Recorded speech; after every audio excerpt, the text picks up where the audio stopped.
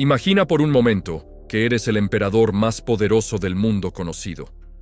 Y de repente, en una sola batalla, pierdes 20.000 soldados de tus mejores legiones, sin poder hacer absolutamente nada para salvarlos. El año 9 después de Cristo marcó un antes y un después en la historia mundial. Roma, esa máquina de guerra aparentemente imparable que había conquistado medio mundo, se encontró de repente con un muro invisible que jamás pudo atravesar. Y todo empezó con una carta aparentemente inocente que llegó al campamento del general Publio Quintilio Varo. Para entender la magnitud de lo que estaba a punto de suceder, necesitas conocer quién era realmente Varo. Este hombre no era un soldado cualquiera. Había servido como cónsul de Roma y había demostrado su valía en las complicadas campañas de Siria. Los historiadores de la época lo describían como un administrador eficaz, aunque algunos susurraban que prefería los lujos de la civilización a la dureza del campo de batalla. Curiosamente, esta característica personal sería determinante en los acontecimientos que estaban por venir. Varo había sido enviado a Germania con una misión aparentemente sencilla: consolidar los territorios que Roma había estado conquistando más allá del río Rin. Según las fuentes históricas de la época, los romanos creían firmemente que los pueblos germanos estaban prácticamente pacificados. Era una creencia que les costaría muy cara, pero aquí es donde la historia se vuelve fascinante. Entre los colaboradores más cercanos de Varo se encontraba un joven jefe germano llamado Arminio. Este hombre tenía una historia extraordinaria que pocos conocían en profundidad. Había sido llevado a Roma de niño como rehén político, una práctica común para asegurar la lealtad de los pueblos conquistados. Durante años vivió en la capital del imperio. Aprendió latín perfectamente. Estudió las tácticas militares romanas y llegó a servir como oficial auxiliar en las propias legiones.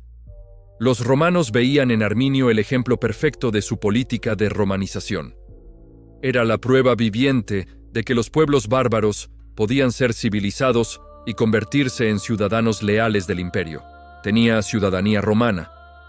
Conocía las costumbres, los protocolos, las formas de pensar de sus conquistadores. Era, según todos los indicios, completamente de confianza. Sin embargo, estudios recientes sugieren que Arminio nunca olvidó realmente sus orígenes.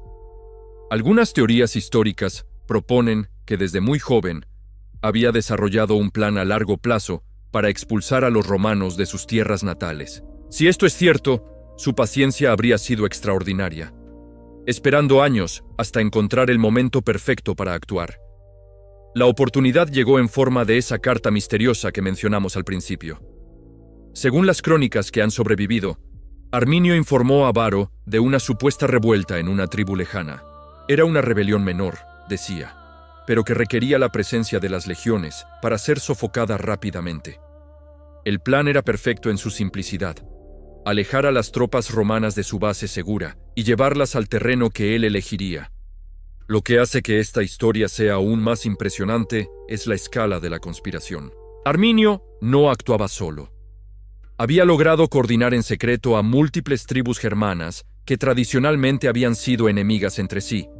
Esta unión temporal de fuerzas dispersas representaba algo prácticamente inédito en esa región. Algunos historiadores modernos consideran que esta coalición fue uno de los primeros ejemplos documentados de resistencia organizada contra el imperialismo romano. Mientras tanto, Varo tomó la decisión que sellaría el destino de sus legiones. Confiando plenamente en su asesor germano, ordenó la marcha hacia el supuesto lugar de la revuelta.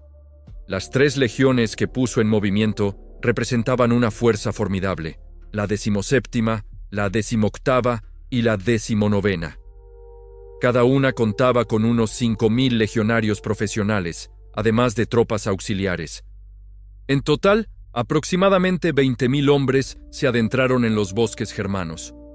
Lo que estos soldados no sabían era que cada paso que daban los acercaba más a la trampa más elaborada que se había tendido jamás contra el ejército romano. Arminio había elegido cuidadosamente la ruta, sugiriendo caminos que aparentemente eran más directos, pero que en realidad llevaban a las legiones hacia un terreno donde sus ventajas tácticas se convertirían en desventajas mortales. El bosque de Teutoburgo no era un lugar cualquiera. Era un laberinto natural de árboles centenarios, senderos estrechos, colinas cubiertas de vegetación densa y zonas pantanosas que se convertían en trampas mortales con la lluvia. Los romanos estaban acostumbrados a luchar en campo abierto, donde podían desplegar sus famosas formaciones en testudo y utilizar la disciplina férrea de sus legiones. Pero en este entorno, todas esas ventajas se desvanecían. La meteorología también conspiraría contra ellos. Las fuentes históricas describen cómo comenzó a llover intensamente justo cuando las columnas romanas se adentraban más profundamente en el bosque. El barro convirtió los senderos en resbaladizos corredores de la muerte, donde era imposible mantener las formaciones ordenadas que constituían la base del poder militar romano. Arminio conocía cada árbol, cada colina, cada recoveco de aquel territorio. Había crecido allí, había cazado en esos bosques desde niño, pero además, y esto es lo que hace su traición tan sofisticada, conocía perfectamente cómo reaccionarían los romanos ante cada situación. Sabía exactamente cuáles serían sus movimientos, sus protocolos, sus puntos débiles. La trampa se activó cuando las legiones se encontraban completamente extendidas en una larga columna de marcha, incapaces de formar líneas de batalla efectivas debido al terreno. De repente, el bosque cobró vida. Guerreros germanos que llevaban días preparando emboscadas comenzaron a atacar desde todas las direcciones. No era una batalla convencional. Era una pesadilla táctica donde el enemigo aparecía y desaparecía entre los árboles como fantasmas. Los ataques continuaron durante 3 días interminables. Imagínate la desesperación de esos soldados romanos, acostumbrados a la gloria de las batallas ordenadas, viéndose acosados constantemente por un enemigo invisible que conocía cada rincón del terreno. No podían avanzar eficazmente. No podían retroceder con seguridad, y cada hora que pasaba veían cómo sus fuerzas se desangraban sin poder responder adecuadamente. La magnitud del desastre se hizo evidente cuando Varo comprendió finalmente la verdadera naturaleza de la situación. Según los relatos que llegaron posteriormente a Roma, el general se dio cuenta de que habían caído en una trampa perfectamente orquestada. La supuesta revuelta que debían sofocar nunca había existido. Su consejero de confianza, el hombre en quien había depositado la seguridad de sus legiones, era en realidad el arquitecto de su destrucción. En ese momento de comprensión absoluta, Varo tomó una decisión que nos habla de las terribles presiones psicológicas de aquel momento. Prefirió quitarse la vida antes que enfrentar la humillación de ser capturado vivo. Su suicidio marcó simbólicamente el final de cualquier esperanza de salvación para las legiones atrapadas en el bosque. La aniquilación fue prácticamente total. De los 20.000 hombres que entraron en el bosque de Teutoburgo, apenas unos pocos centenares lograron escapar para contar la historia. Los estandartes de las legiones, esos símbolos sagrados del poder romano que representaban el honor y la tradición militar, fueron capturados. Para Roma, perder las águilas legionarias era casi peor que perder a los propios soldados. Cuando las noticias llegaron a Roma, el impacto fue devastador. El emperador Augusto, ese hombre que había construido un imperio y se consideraba casi un dios, se sumió en una crisis emocional profunda. Los historiadores cuentan que durante meses se le pudo escuchar gritando por la noche: «¡Varo! ¡Devuélveme mis legiones!». Esta frase se convirtió en el símbolo de una herida que nunca cicatrizaría completamente. Pero el verdadero impacto de Teutoburgo no fue solo emocional. Roma, por primera vez en décadas, se vio obligada a reconocer que existían límites a su expansión. La decisión que tomó Augusto después de la tragedia cambió para siempre el mapa de Europa. Estableció el río Rin como la frontera definitiva del imperio. Nunca más Roma intentaría conquistar Germania. Esta decisión tuvo consecuencias históricas que perduran hasta hoy. Germania permaneció libre de la romanización que transformó el resto de Europa occidental. Los pueblos germanos mantuvieron sus tradiciones, su cultura, sus formas de organización social. Siglos después, serían precisamente estos pueblos los que contribuirían a la caída del Imperio Romano de Occidente.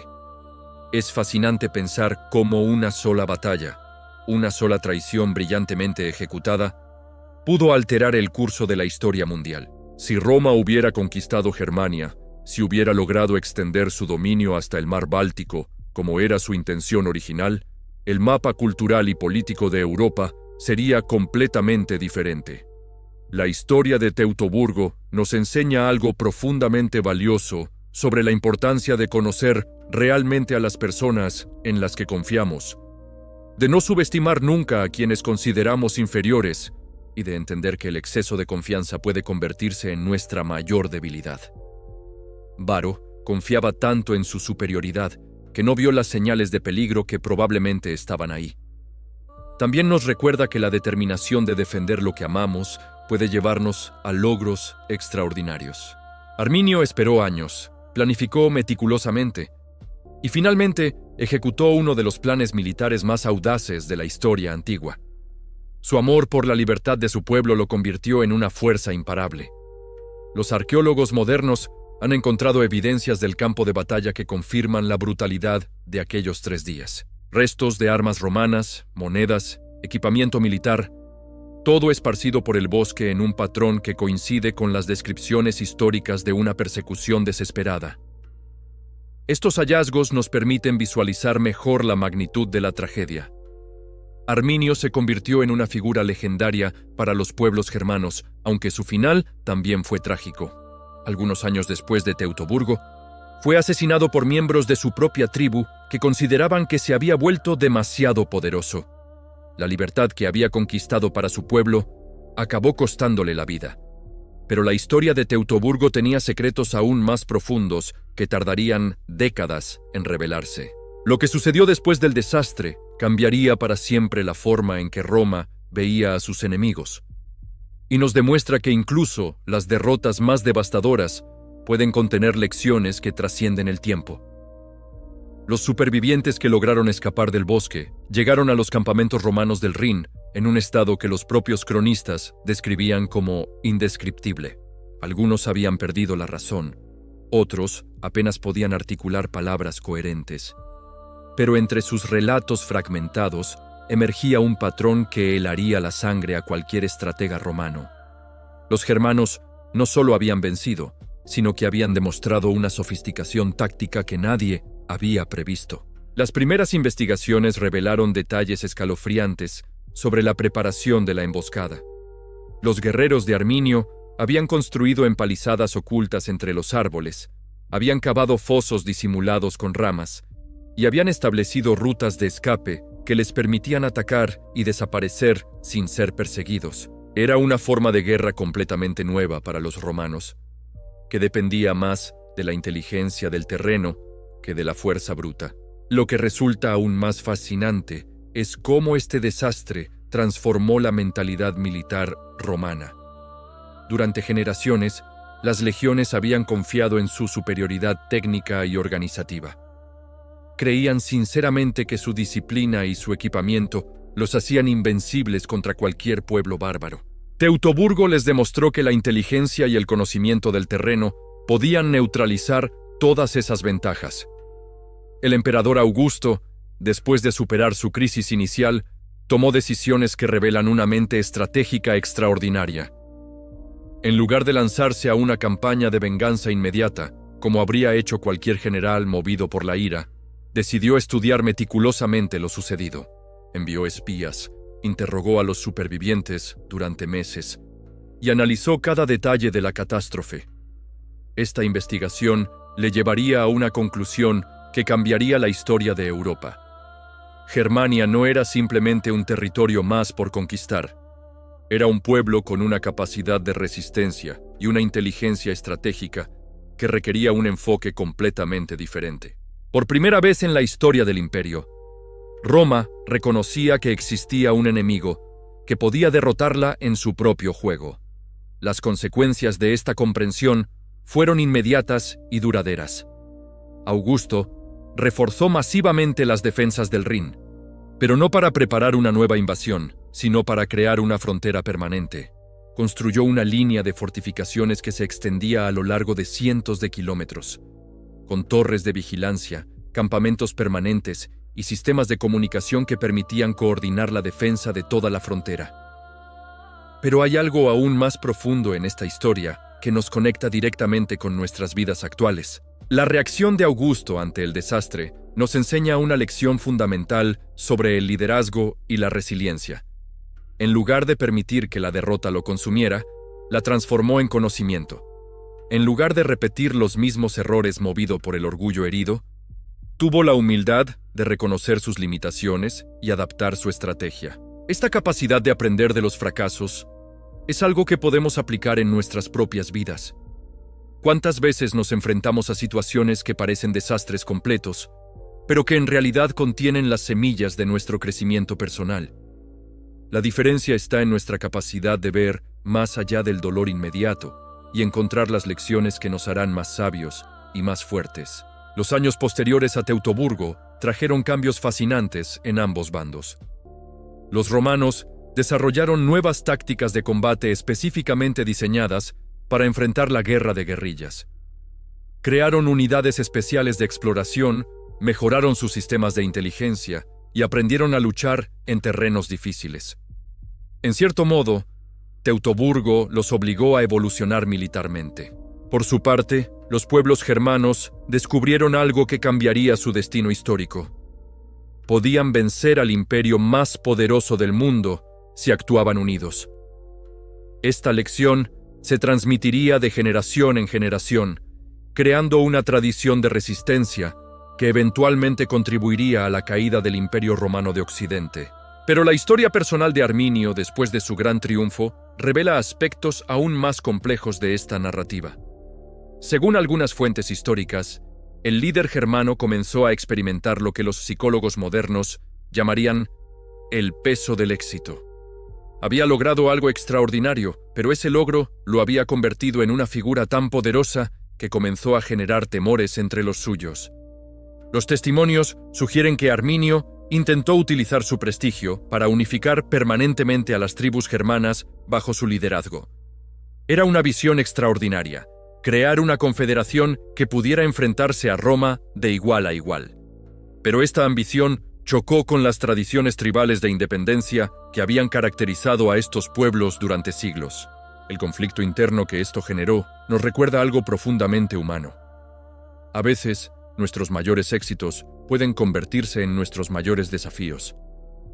Arminio había demostrado que era posible vencer a Roma, pero no pudo demostrar que era posible mantener unidas a las tribus una vez pasado el peligro inmediato. Su asesinato, llevado a cabo por miembros de su propia familia política, marca uno de los finales más trágicos e irónicos de la historia antigua. El hombre que había salvado la libertad de su pueblo murió precisamente porque otros temían que esa libertad estuviera en peligro bajo su creciente poder personal. Esta paradoja nos habla de algo que trasciende las fronteras del tiempo: la tensión constante entre liderazgo y libertad, entre la necesidad de unidad y el deseo de independencia. Son conflictos que seguimos viviendo en nuestras sociedades modernas y que nos demuestran que los dilemas humanos fundamentales permanecen constantes a través de los siglos. Las excavaciones arqueológicas modernas han añadido capas fascinantes a nuestra comprensión de estos eventos. En el año 1987, los investigadores comenzaron a descubrir restos del campo de batalla que nos permiten reconstruir los últimos momentos de las legiones con un detalle escalofriante. Han encontrado monedas que los soldados llevaban cosidas en sus ropas, armas dobladas por la desesperación del combate, y esqueletos que muestran marcas de heridas que hablan de una lucha feroz hasta el último aliento. Estos hallazgos nos permiten honrar la memoria de aquellos hombres que murieron lejos de casa, cumpliendo con su deber hasta el final. Pero tal vez el descubrimiento más emocionante ha sido la confirmación de que muchos soldados romanos no murieron en el combate inicial, sino que fueron capturados vivos. Las evidencias sugieren que algunos fueron utilizados como esclavos, otros fueron intercambiados, y unos pocos incluso se integraron en las tribus germanas. Esta revelación humaniza enormemente la tragedia. No estamos hablando solo de números en los libros de historia, sino de hombres reales que tuvieron que tomar decisiones imposibles en circunstancias extremas. Algunos prefirieron morir antes que vivir como prisioneros. Otros eligieron adaptarse y encontrar una nueva vida entre sus antiguos enemigos. Sus historias individuales, aunque en gran parte perdidas, nos recuerdan que detrás de cada gran evento histórico hay miles de dramas personales, de decisiones valientes, de momentos de terror y de esperanza que definen lo que realmente significa ser humano. La lección final de Teutoburgo trasciende la historia militar y nos habla directamente al corazón. Nos enseña que la vida está llena de momentos decisivos, donde nuestras elecciones definen no solo nuestro destino, sino el de las personas que amamos. Nos recuerda que la confianza es un regalo precioso que debemos otorgar con sabiduría, pero que también debemos tener el valor de confiar cuando sea necesario. Y tal vez, lo más importante, nos demuestra que incluso las derrotas más devastadoras pueden convertirse en victoria si tenemos la sabiduría de aprender de ellas, la humildad de reconocer nuestros errores y la determinación de usar ese conocimiento para construir un futuro mejor. Al final, eso es lo que nos hace verdaderamente invencibles. No la ausencia de fracasos, sino nuestra capacidad de transformarlos en escalones hacia la grandeza. La historia que están por escuchar cambió para siempre el destino de Europa, y todo comenzó con algo tan aparentemente insignificante como un pequeño ritual que se celebraba cada verano en los campamentos romanos del Rin. Los oficiales se reunían para contar historias de sus campañas anteriores, y una de las que más se repetía era la de un joven germano que había servido con honor en las legiones auxiliares. Lo que no sabían es que este mismo hombre estaba planeando meticulosamente el golpe más devastador que Roma jamás había recibido. Pero hay algo fascinante que raramente se cuenta sobre los meses previos a Teutoburgo. Los arqueólogos han encontrado evidencias de que Arminio no actuaba completamente solo en su vida romana. Tenía una esposa llamada Tusnelda, hija de otro jefe tribal, que también vivía entre los romanos. Esta mujer no era simplemente una acompañante. Las fuentes sugieren que participó activamente en la recopilación de información sobre las rutinas militares romanas. Era común que las esposas de los oficiales auxiliares asistieran a reuniones sociales donde se discutían asuntos militares con una informalidad que habría sido impensable en el corazón del imperio. Durante estos encuentros sociales, Tusnelda habría escuchado conversaciones sobre las debilidades logísticas de las legiones, los problemas de suministro en territorio germano y, lo más importante, la creciente dependencia de los romanos en los guías locales para moverse por territorios desconocidos. Esta información se convertía luego en inteligencia militar de valor incalculable para la conspiración que se estaba gestando. Lo que hace aún más extraordinaria esta historia es que Arminio no solo tuvo que convencer a las tribus germanas de que podían vencer a Roma, sino que tuvo que superar siglos de conflictos internos entre ellas. Los queruscos, catos, marsos y bructeros habían sido enemigos tradicionales durante generaciones. Sus territorios se solapaban, competían por los mismos recursos y tenían diferencias culturales significativas a pesar de compartir orígenes similares. Para lograr esta unión sin precedentes, Arminio desarrolló algo que los historiadores modernos consideran uno de los primeros ejemplos documentados de propaganda política organizada. Envió emisarios que no solo hablaban de la amenaza romana, sino que llevaban consigo objetos que demostraban la realidad de esa amenaza. Cadenas utilizadas para esclavos, documentos de tributos romanos escritos en latín e incluso pequeñas muestras de las monedas romanas que se utilizarían para pagar a los colaboradores locales. Estos emisarios contaban historias específicas de lo que había sucedido en otras regiones conquistadas por Roma. Describían cómo los druidas habían sido masacrados en Britania, cómo las tradiciones galas habían sido prohibidas, cómo los jóvenes de las mejores familias eran llevados a Roma como huéspedes, pero que en realidad eran rehenes para garantizar la obediencia. No eran mentiras. Eran realidades documentadas que Arminio conocía perfectamente por su experiencia directa en el imperio. La respuesta de las tribus fue gradual, pero poderosa. comenzaron enviando pequeñas cantidades de guerreros para entrenamientos conjuntos en lugares secretos del bosque. Estos entrenamientos no se centraban en técnicas de combate tradicionales, sino en algo completamente revolucionario: tácticas de coordinación a gran escala diseñadas específicamente para enfrentar las formaciones romanas. Los guerreros germanos aprendieron a utilizar señales visuales y auditivas que podían transmitirse rápidamente a través de la densa vegetación del bosque. Desarrollaron técnicas para moverse silenciosamente en grupos grandes, para aparecer y desaparecer como una sola entidad, y para mantener la disciplina durante ataques prolongados. Era, en esencia, el nacimiento de la guerra de guerrillas organizada a gran escala. Durante este periodo de preparación, que duró varios meses, algo extraordinario sucedía en los campamentos romanos. Los oficiales comenzaron a notar que sus aliados germanos parecían más informados que nunca sobre los movimientos de las tribus hostiles. Arminio y sus colaboradores proporcionaban constantemente inteligencia sobre supuestas amenazas, movimientos tribales y oportunidades para pequeñas acciones militares que siempre resultaban exitosas. Esta cadena de pequeños éxitos creó en Varo y sus oficiales una confianza ciega en sus asesores germanos. Cada victoria menor, cada predicción acertada, cada consejo útil construía la credibilidad que haría posible la gran traición. Era una inversión a largo plazo en confianza que se cobraría con intereses devastadores. Pero hay un detalle sobre Varo que cambia completamente nuestra comprensión de estos eventos. Este hombre no era el general incompetente que algunos relatos posteriores han pintado.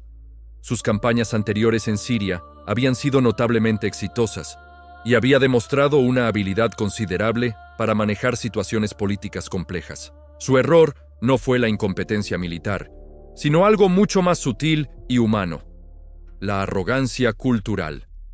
Varo pertenecía a una generación de romanos que había crecido viendo cómo el imperio se expandía aparentemente sin límites.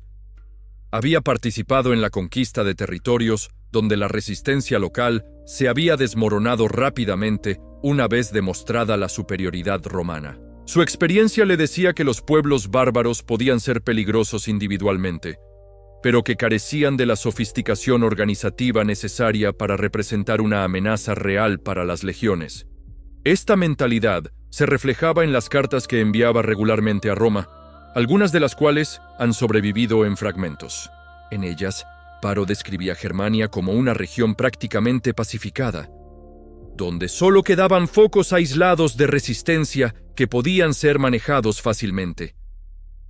Hablaba con entusiasmo de sus colaboradores germanos, especialmente de Arminio, a quien describía como más romano que muchos ciudadanos de nacimiento. Lo que Varo no podía comprender era que estaba siendo víctima de una campaña de desinformación extraordinariamente sofisticada. Los pequeños conflictos que sus fuerzas resolvían exitosamente no eran casuales, eran cuidadosamente orquestados para crear una falsa sensación de seguridad. Las tribus que parecían someterse a la autoridad romana, en realidad, estaban proporcionando guerreros para la gran coalición secreta. El momento decisivo llegó a finales del verano del año 9. Arminio informó a Varo de una revuelta significativa en territorio de los angibaros, una tribu situada a varios días de marcha del campamento principal. Según su relato, esta revuelta tenía el potencial de extenderse y desestabilizar toda la región si no se actuaba rápidamente. Era exactamente el tipo de amenaza que requería una respuesta inmediata y contundente. Lo que hacía este informe particularmente creíble era su precisión en detalles menores. Arminio proporcionó nombres específicos de jefes tribales involucrados. Describió las rutas que probablemente utilizarían los rebeldes para escapar e incluso sugirió las mejores posiciones defensivas que las legiones podrían ocupar una vez llegaran al área. Era un nivel de detalle que solo alguien con conexiones genuinas en la región podría proporcionar. La decisión de Varo de responder personalmente con 3 legiones completas reveló tanto su confianza en la información recibida como su comprensión de la importancia estratégica de mantener la paz en Germania. No era una decisión impulsiva.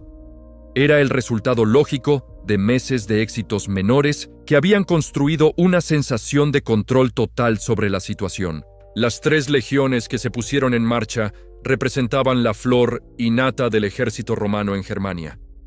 La 17ª, comandada por veteranos que habían servido en las campañas galas de César. La 18ª, formada por soldados que habían demostrado su valor en las guerras civiles. La 19ª, una unidad más joven pero igualmente disciplinada que representaba la nueva generación de legionarios profesionales.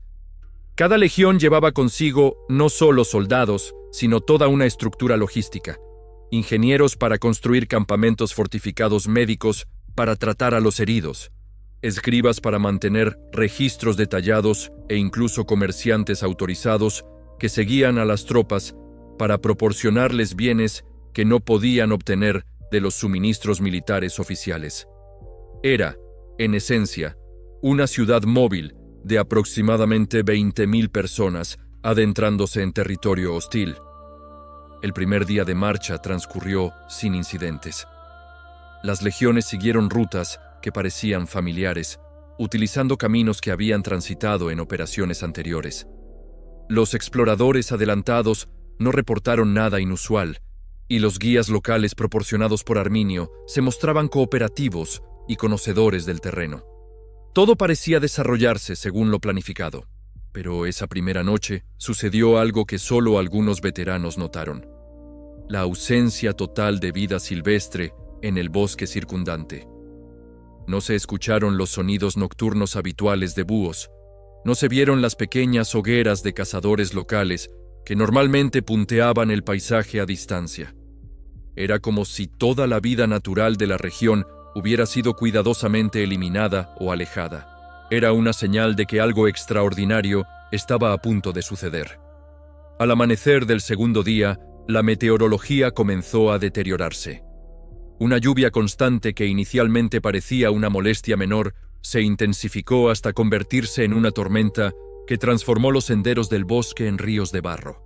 Pero lo más inquietante era que los guías germanos parecían conocer rutas alternativas que, según decían, mantendrían a las legiones alejadas de las zonas más problemáticas. Estas rutas alternativas llevaron a las columnas romanas cada vez más profundamente en el interior del bosque de Teutoburgo. Los senderos se estrechaban progresivamente, obligando a las legiones a extenderse en largas columnas que resultaba imposible proteger adecuadamente. La disciplina romana mantenía el orden, pero cada kilómetro que avanzaban reducía sus opciones tácticas. Fue durante la tarde del segundo día cuando comenzaron los primeros ataques. No fueron asaltos masivos, sino algo mucho más inquietante. Pequeños grupos de guerreros que aparecían como fantasmas entre los árboles, lanzaban sus armas y desaparecían antes de que los romanos pudieran responder efectivamente. Era una forma de guerra que ninguna legión había enfrentado antes. Lo que hacía estos ataques particularmente desmoralizantes era su precisión. Los germanos no atacaban posiciones fortificadas o grupos grandes de soldados, se centraban en objetivos específicos que maximizaban el daño psicológico, eliminaban exploradores aislados, atacaban pequeños grupos de suministros y se enfocaban especialmente en los oficiales que podían ser identificados por su equipamiento distintivo. Para el tercer día, la situación había evolucionado hacia algo que ningún manual militar romano contemplaba. Las legiones se encontraban atrapadas en un terreno que neutralizaba completamente sus ventajas tácticas, enfrentando un enemigo que parecía conocer cada uno de sus movimientos con anticipación y dirigidas por guías que habían comenzado a desaparecer misteriosamente durante la noche. Fue en ese momento cuando Varo comprendió la magnitud de su error. Los ataques no eran casuales. Eran parte de un plan coordinado que había estado desarrollándose durante meses. La revuelta que habían venido a sofocar nunca había existido. Habían sido atraídos deliberadamente hacia el terreno más desfavorable posible, donde sus enemigos tenían todas las ventajas. La realización de que había sido traicionado por alguien en quien había depositado su confianza completa devastó psicológicamente a Varo, más que cualquier derrota militar podría haberlo hecho. No era solo el fracaso de una campaña. Era el colapso completo de su comprensión del mundo y de las personas en las que había creído poder confiar. Su decisión final de quitarse la vida no fue solo un acto de desesperación, fue el reconocimiento de que había llevado a 20.000 hombres a una muerte que podría haberse evitado si hubiera sido más cauteloso, más humilde, menos confiado en su propia superioridad. Era el peso de esa responsabilidad lo que lo abrumó por completo. Pero incluso en medio de esta tragedia absoluta, surgieron historias de valor individual que nos recuerdan la grandeza de la que somos capaces los seres humanos cuando enfrentamos lo imposible. Algunos centuriones continuaron liderando a sus hombres durante horas después de recibir heridas mortales. Soldados rasos compartieron sus últimas raciones con compañeros heridos. Grupos pequeños de legionarios formaron círculos defensivos que resistieron hasta que no quedó nadie con vida para sostener un escudo. Estas historias individuales de sacrificio y lealtad trascienden las circunstancias específicas de la batalla y nos hablan de algo fundamental sobre la condición humana. Nuestra capacidad para mantener nuestra humanidad y nuestros valores, incluso en las circunstancias más desesperadas. Nos recuerdan que cada día tenemos la oportunidad de elegir ser personas en las que otros puedan confiar, de ser leales a quienes nos importan, de mantener nuestra integridad sin importar cuán difíciles se pongan las cosas. La transformación que Teutoburgo produjo en la mentalidad romana fue tan profunda que cambió para siempre la forma en que el imperio se relacionaba con sus fronteras. Roma aprendió que la confianza debe ganarse gradualmente y verificarse constantemente, que la arrogancia cultural puede ser más peligrosa que cualquier ejército enemigo, y que subestimar la inteligencia y determinación de otros pueblos puede tener consecuencias catastróficas. Pero tal vez la lección más poderosa que esta historia nos ofrece hoy es que los momentos más oscuros pueden convertirse en los catalizadores de nuestro mayor crecimiento. Roma no se desmoronó después de Teutoburgo, se adaptó, evolucionó y encontró nuevas formas de relacionarse con el mundo. Del mismo modo, nuestros propios fracasos y traiciones pueden enseñarnos a ser más sabios, más cautelosos, pero también más humildes y empáticos. 2000 años después de que Arminio tendiera su trampa perfecta en los bosques germanos, podemos entender que tanto romanos como germanos eran seres humanos extraordinarios enfrentando circunstancias extraordinarias. Cada uno luchaba por lo que consideraba más importante. Los romanos por el orden y la civilización tal como la entendían. Los germanos por su libertad y sus tradiciones ancestrales. Y quizás esa sea la lección final de Teutoburgo, que detrás de cada gran evento histórico hay personas reales como nosotros, tomando decisiones difíciles basadas en la información que tenían disponible y los valores en los que creían. Sus errores nos enseñan a ser mejores, sus sacrificios nos inspiran a ser más valientes, y sus historias nos recuerdan que cada decisión que tomamos hoy tiene el poder de cambiar el curso de la historia, de formas que tal vez nunca lleguemos a conocer completamente. Al final, Arminio logró algo que parecía imposible, no solo porque era un estratega brillante, sino porque nunca perdió de vista lo que realmente importaba: la libertad de su pueblo. Y esa determinación inquebrantable de proteger lo que amamos es algo que todos llevamos dentro, esperando el momento adecuado para cambiar el mundo.